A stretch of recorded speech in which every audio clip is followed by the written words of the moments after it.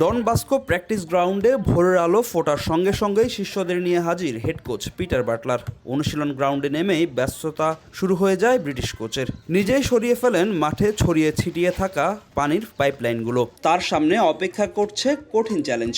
Group পর্বের শেষ ম্যাচে বেঙ্গল টাইগ্রেসরা লড়বে টুর্নামেন্টের হট ফেভারিট ভারতের বিপক্ষে। অনুশীলনের সবার আগে সুইডেন প্রবাসী আনিকা রানিয়া সিদ্দিকী। ভারতকে হারাতে হলে তাকে নিতে হবে আক্রমণ ভাগের গুরু দায়িত্ব। অফ ফর্মে থাকা ঋতুপর্ণা চাকমাকে নিয়ে আলাদা সেশন করেছেন ফিটনেস কোচ ক্যামেরন লর্ড। পুরো দল যখন রানিং ও স্ট্রেচিংয়ে ব্যস্ত, তখন মাঠের এক প্রান্তে দাঁড়িয়ে হয়তো ভারত বদের পরিকল্পনাটাই সাজাচ্ছেন পিটার বাটলার। ব্লু টাইগ্রেসদের বিপক্ষে ম্যাচের আগে অবশ্য নির্ভর বাটলার। ইনজুরি থেকে ফিরেছেন দুই অভিজ্ঞ সিনিয়র ক্যাম্পেইনার শিউলি আজিম ও মনিকা চাকমা। তাতেই পূর্ণশক্তির দল নিয়ে মাঠে নামবেন বাংলাদেশ কোচ। আমার মনে হয় এটি এমন একটি ম্যাচ যেখানে সবাই খেলতে চায়। মনিকা দলে ফিরবে। ভারতের জন্য আমরা বিভিন্নভাবে প্ল্যান সাজাচ্ছি। আমাদের কাছে প্ল্যান এ, প্ল্যান বি সবই আছে।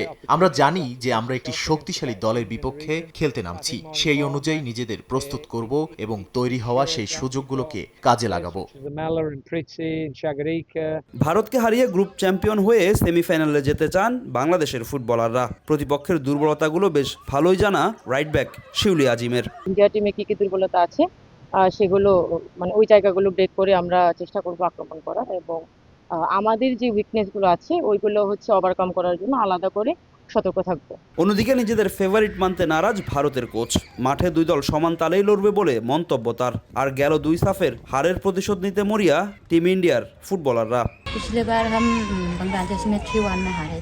আমরা বাংলাদেশের কাছে গেল 2 সাফে হেরেছি, তবে এবার আমাদের ঘরের মাঠে খেলা। আমরা চেষ্টা করব 3 পয়েন্ট নিয়ে গ্রুপ চ্যাম্পিয়ন হওয়ার।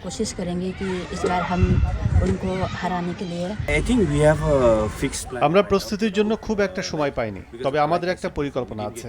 প্লেয়াররা জানে কিভাবে খেলতে হবে। বাংলাদেশ শক্তিশালী প্রতিপক্ষ, তাদের দুর্দান্ত কয়েকজন তরুণ ফুটবলার রয়েছে। আশা করি ভালো ম্যাচ হবে।